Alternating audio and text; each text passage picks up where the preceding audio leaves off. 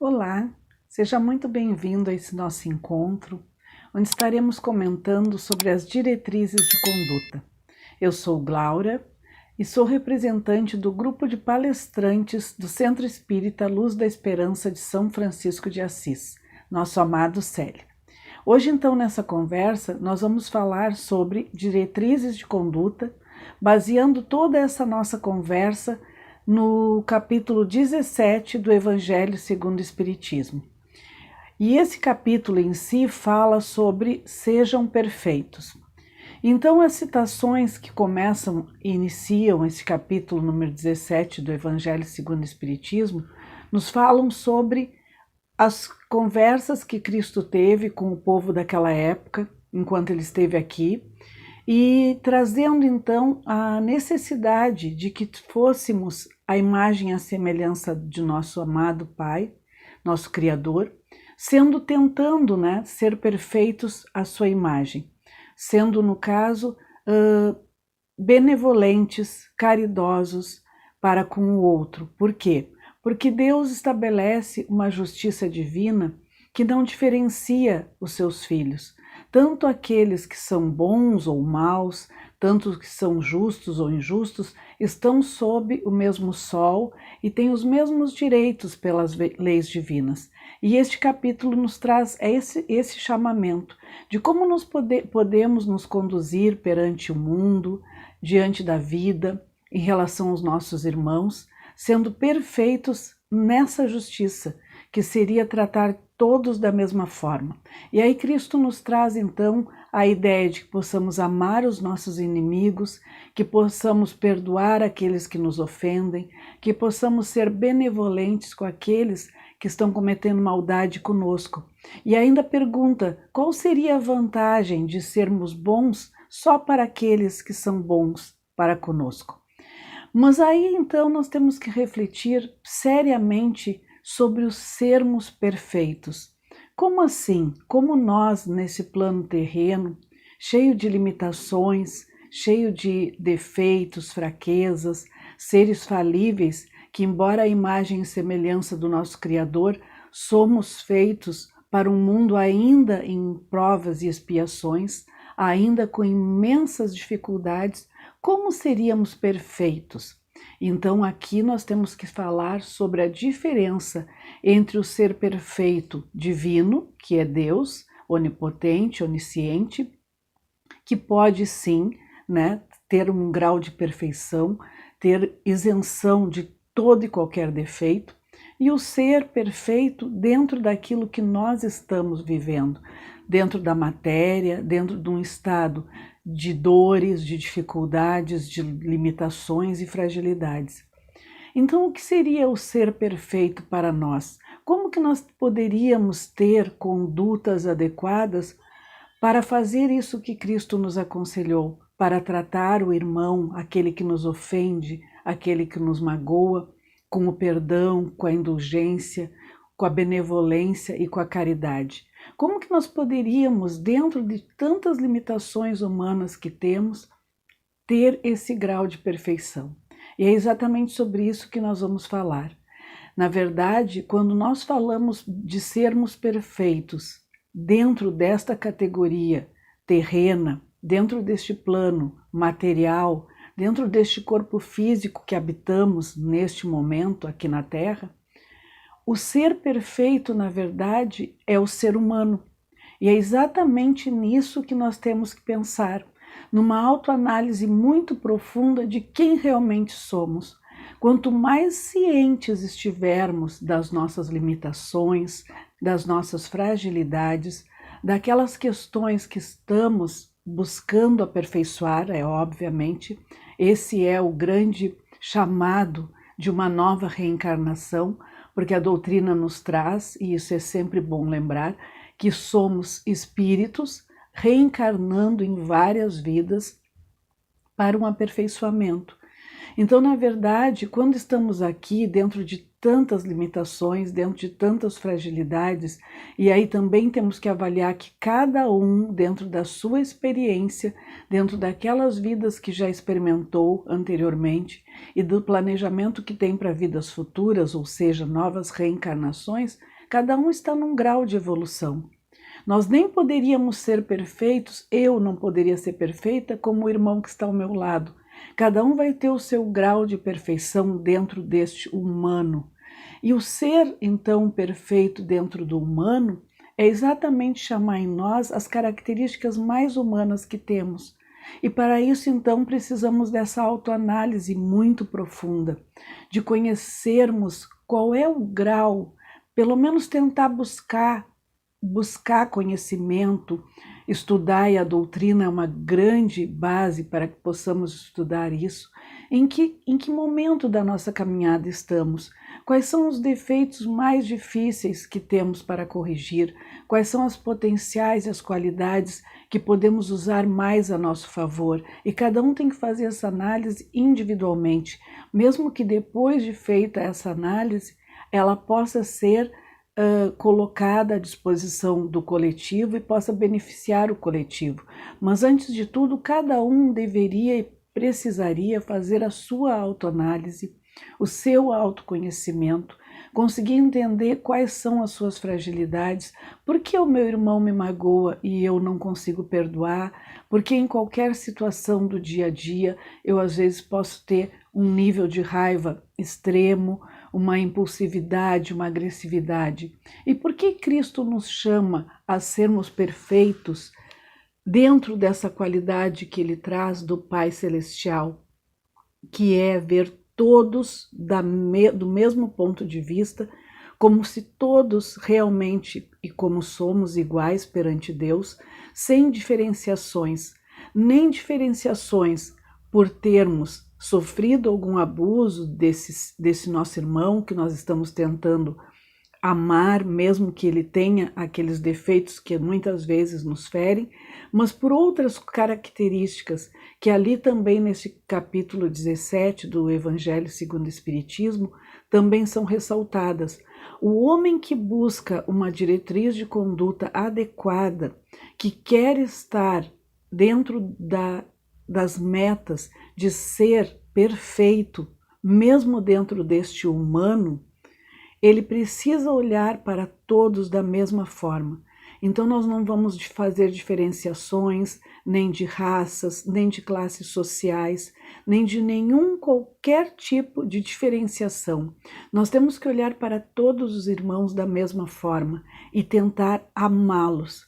E como então, fazendo essa autoanálise, de tantos defeitos e tantas limitações que ainda carregamos, nos vendo como seres que realmente estão numa caminhada de reajuste, de progresso, de melhoramento, mas que estamos muito distantes de sermos perfeitos conforme Deus é na sua divindade. Como que nós vamos conseguir amar aquele que nos feriu? Como que nós vamos conseguir ser benevolentes e estar indulgente, caridoso com aquele irmão que muitas vezes está, de certa forma, nos trazendo à tona o nosso pior defeito, a nossa maior dificuldade? Então, aqui nós temos que pensar que dentro dessas diretrizes de conduta que esse capítulo nos traz, é exatamente nisso que nós temos que focar, que estamos aqui exatamente recebendo esta oportunidade de melhoramento.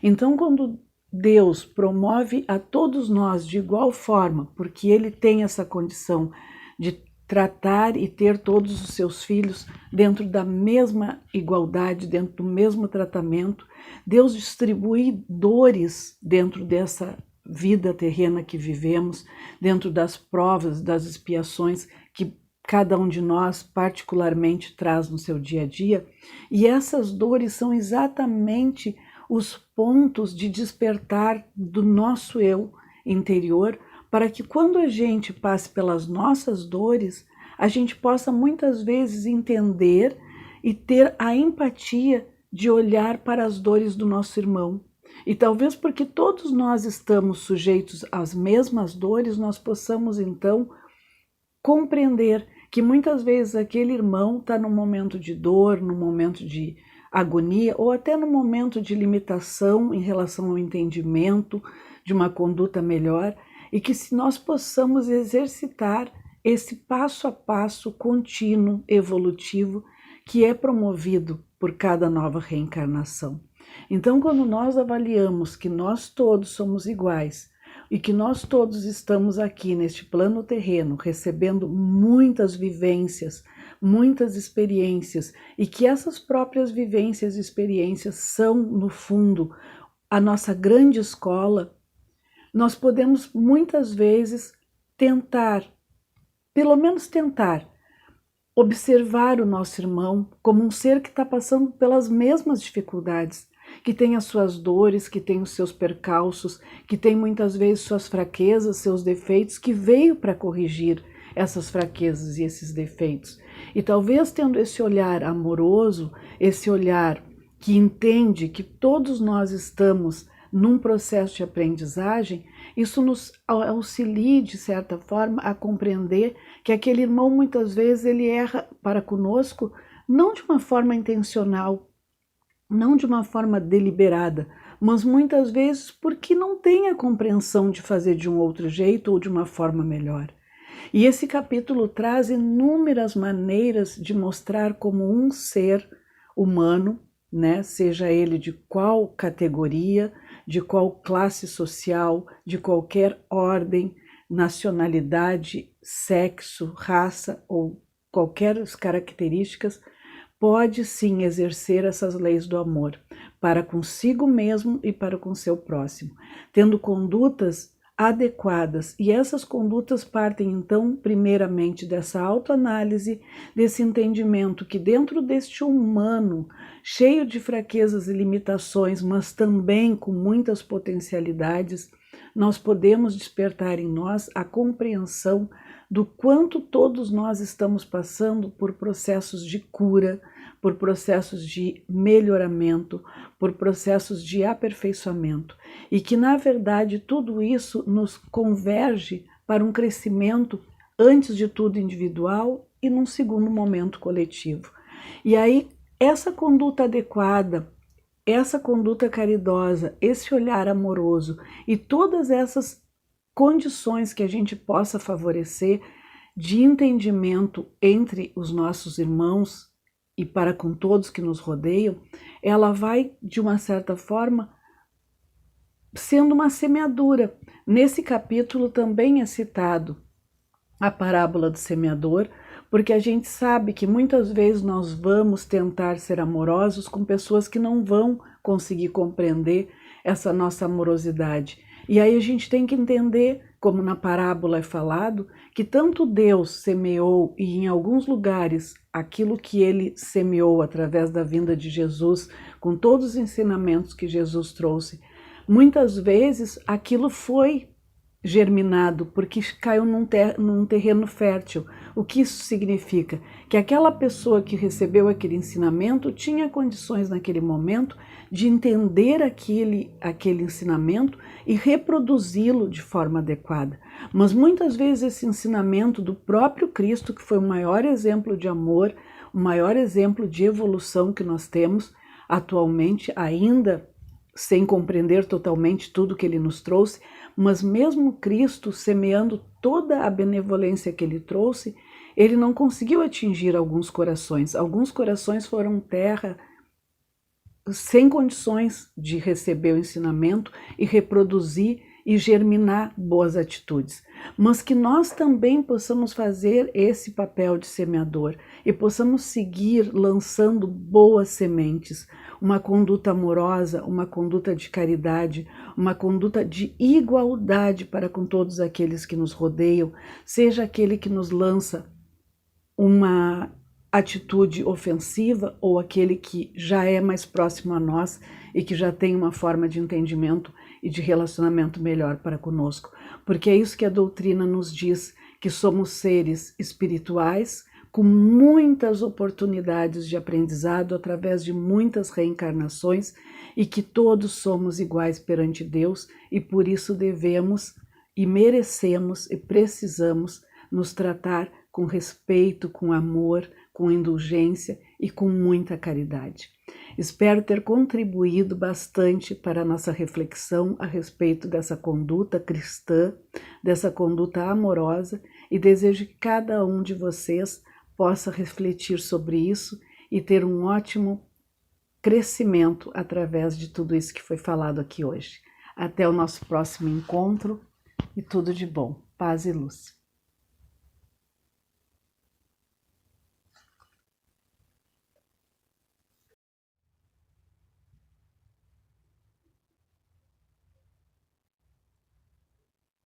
Olá, seja muito bem-vindo a esse nosso encontro, onde estaremos comentando sobre as diretrizes de conduta. Eu sou Glaura e sou representante do grupo de palestrantes do Centro Espírita Luz da Esperança de São Francisco de Assis, nosso amado Célio. Hoje, então, nessa conversa, nós vamos falar sobre diretrizes de conduta, baseando toda essa nossa conversa no capítulo 17 do Evangelho segundo o Espiritismo. E esse capítulo em si fala sobre sejam perfeitos.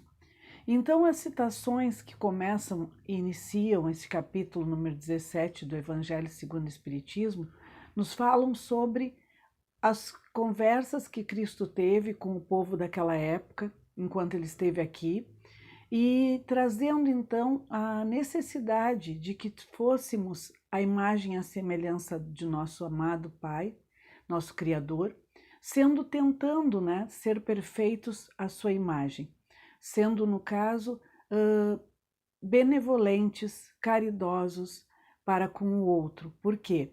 Porque Deus estabelece uma justiça divina que não diferencia os seus filhos, tanto aqueles que são bons ou maus, tanto que são justos ou injustos, estão sob o mesmo sol e têm os mesmos direitos pelas leis divinas. E este capítulo nos traz esse chamamento de como podemos nos conduzir perante o mundo, diante da vida, em relação aos nossos irmãos, sendo perfeitos nessa justiça, que seria tratar todos da mesma forma. E aí Cristo nos traz então a ideia de que possamos amar os nossos inimigos, que possamos perdoar aqueles que nos ofendem, que possamos ser benevolentes com aqueles que estão cometendo maldade conosco. E ainda pergunta, qual seria a vantagem de sermos bons só para aqueles que são bons para conosco? Mas aí então nós temos que refletir seriamente sobre os sermos perfeitos. Como assim? Como nós, nesse plano terreno, cheio de limitações, cheio de defeitos, fraquezas, seres falíveis, que embora a imagem e semelhança do nosso Criador, somos feitos para um mundo ainda em provas e expiações, ainda com imensas dificuldades, como seríamos perfeitos?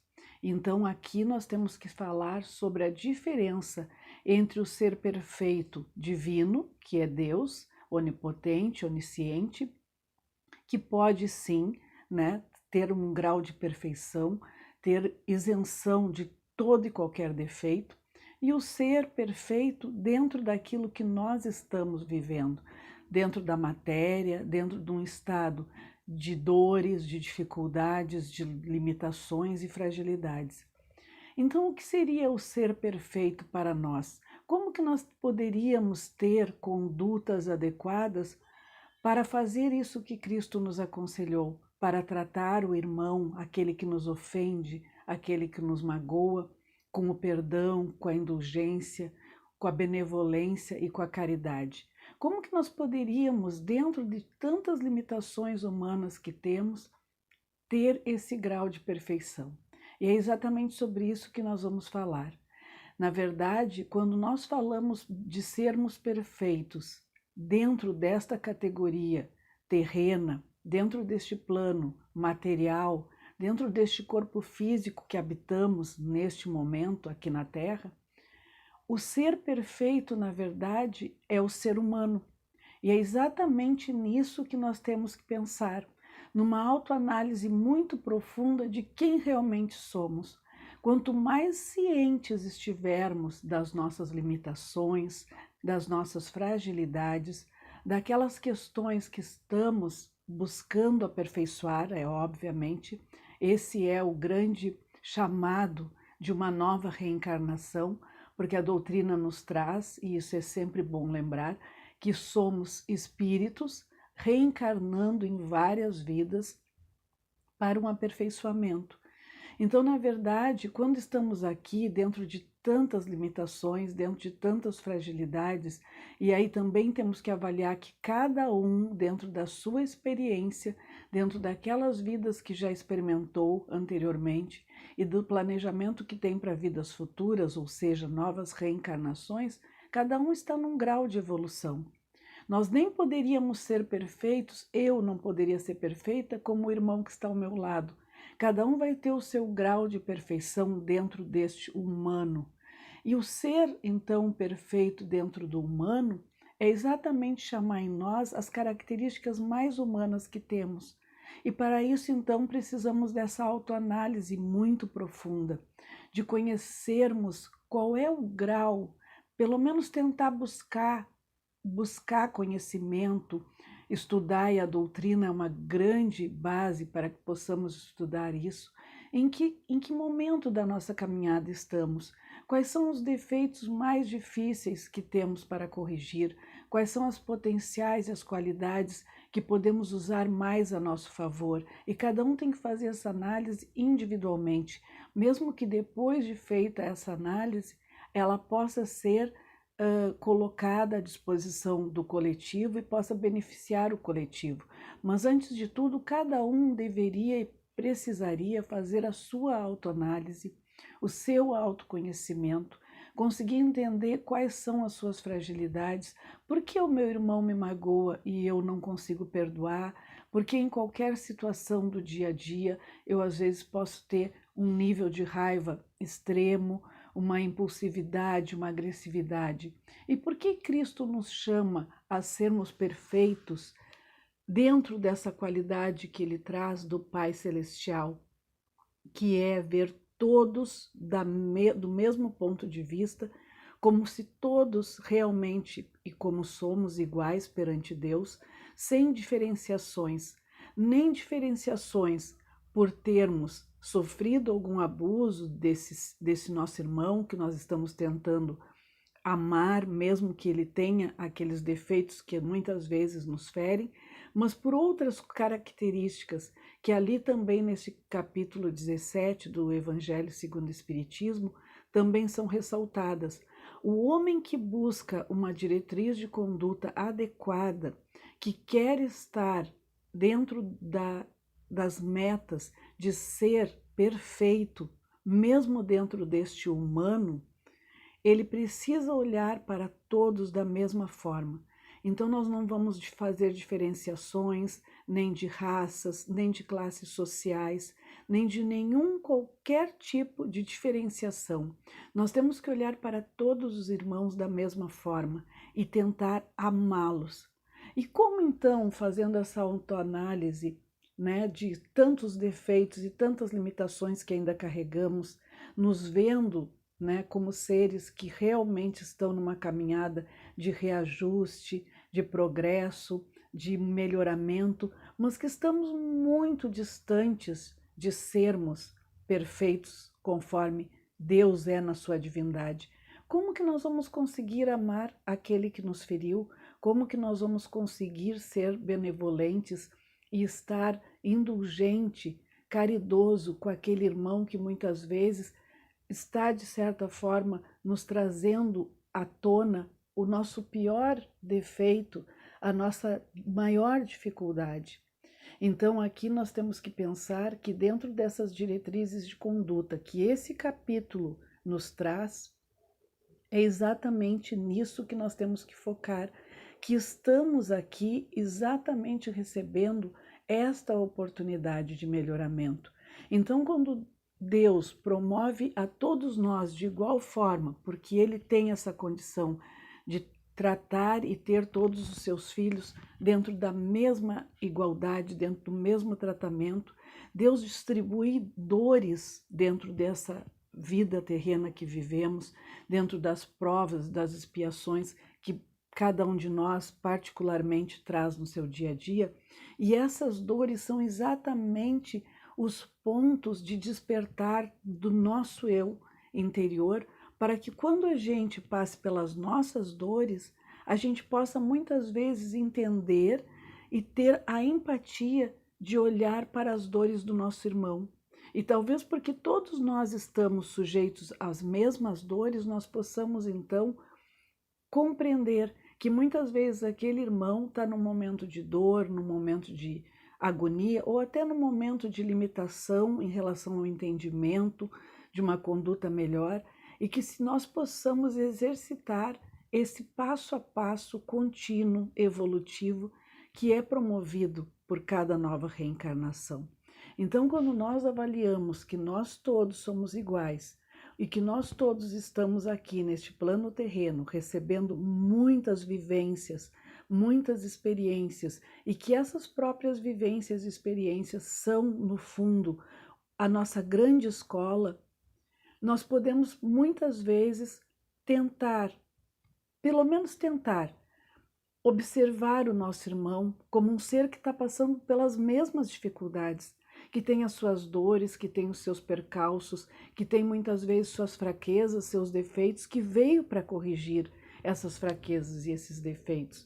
E talvez tendo esse olhar amoroso, esse olhar que entende que todos nós estamos num processo de aprendizagem, isso nos auxilia, de certa forma, a compreender que aquele irmão, muitas vezes, ele erra para conosco, não de uma forma intencional, não de uma forma deliberada, mas muitas vezes porque não tem a compreensão de fazer de um outro jeito ou de uma forma melhor. E esse capítulo traz inúmeras maneiras de mostrar como um ser humano, né, seja ele de qual categoria, de qual classe social, de qualquer ordem, nacionalidade, sexo, raça ou qualquer características, pode sim exercer essas leis do amor para consigo mesmo e para com seu próximo, tendo condutas adequadas. E essas condutas partem então primeiramente dessa autoanálise, desse entendimento que dentro deste humano cheio de fraquezas e limitações, mas também com muitas potencialidades, nós podemos despertar em nós a compreensão do quanto todos nós estamos passando por processos de cura, por processos de melhoramento, por processos de aperfeiçoamento, e que, na verdade, tudo isso nos converge para um crescimento, antes de tudo individual e num segundo momento coletivo. E aí, essa conduta adequada, essa conduta caridosa, esse olhar amoroso e todas essas condições que a gente possa favorecer de entendimento entre os nossos irmãos e para com todos que nos rodeiam, ela vai, de uma certa forma, sendo uma semeadura. Nesse capítulo também é citado a parábola do semeador, porque a gente sabe que muitas vezes nós vamos tentar ser amorosos com pessoas que não vão conseguir compreender essa nossa amorosidade. E aí a gente tem que entender, como na parábola é falado, que tanto Deus semeou, e em alguns lugares aquilo que ele semeou através da vinda de Jesus, com todos os ensinamentos que Jesus trouxe, muitas vezes aquilo foi germinado porque caiu num terreno fértil. O que isso significa? Que aquela pessoa que recebeu aquele ensinamento tinha condições naquele momento de entender aquele ensinamento e reproduzi-lo de forma adequada. Mas muitas vezes esse ensinamento do próprio Cristo, que foi o maior exemplo de amor, o maior exemplo de evolução que nós temos atualmente, ainda sem compreender totalmente tudo que ele nos trouxe, mas mesmo Cristo semeando toda a benevolência que ele trouxe, ele não conseguiu atingir alguns corações. Alguns corações foram terra sem condições de receber o ensinamento e reproduzir e germinar boas atitudes, mas que nós também possamos fazer esse papel de semeador e possamos seguir lançando boas sementes, uma conduta amorosa, uma conduta de caridade, uma conduta de igualdade para com todos aqueles que nos rodeiam, seja aquele que nos lança uma atitude ofensiva ou aquele que já é mais próximo a nós e que já tem uma forma de entendimento e de relacionamento melhor para conosco. Porque é isso que a doutrina nos diz, que somos seres espirituais com muitas oportunidades de aprendizado através de muitas reencarnações e que todos somos iguais perante Deus e por isso devemos e merecemos e precisamos nos tratar com respeito, com amor, com indulgência e com muita caridade. Espero ter contribuído bastante para a nossa reflexão a respeito dessa conduta cristã, dessa conduta amorosa e desejo que cada um de vocês possa refletir sobre isso e ter um ótimo crescimento através de tudo isso que foi falado aqui hoje. Até o nosso próximo encontro e tudo de bom. Paz e luz.